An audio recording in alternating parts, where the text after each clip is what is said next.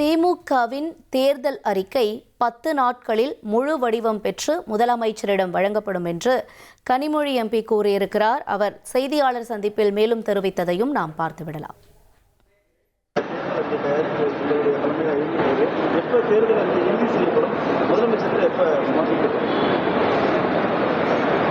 இன்னும் ஒரு 10 நாட்களுக்குள் அது முழு வடிவம் பெற்று முதலமைச்சர் அவர்களிடம் வழங்கப்படும்.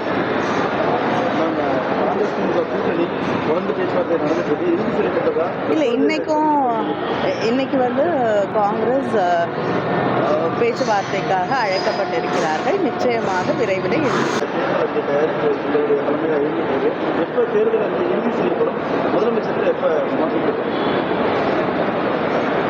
இன்னும் ஒரு 10 நாட்களுக்குள் அது முழு வடிவம் பெற்று முதலமைச்சர் அவர்களிடம் வழங்கப்படும்.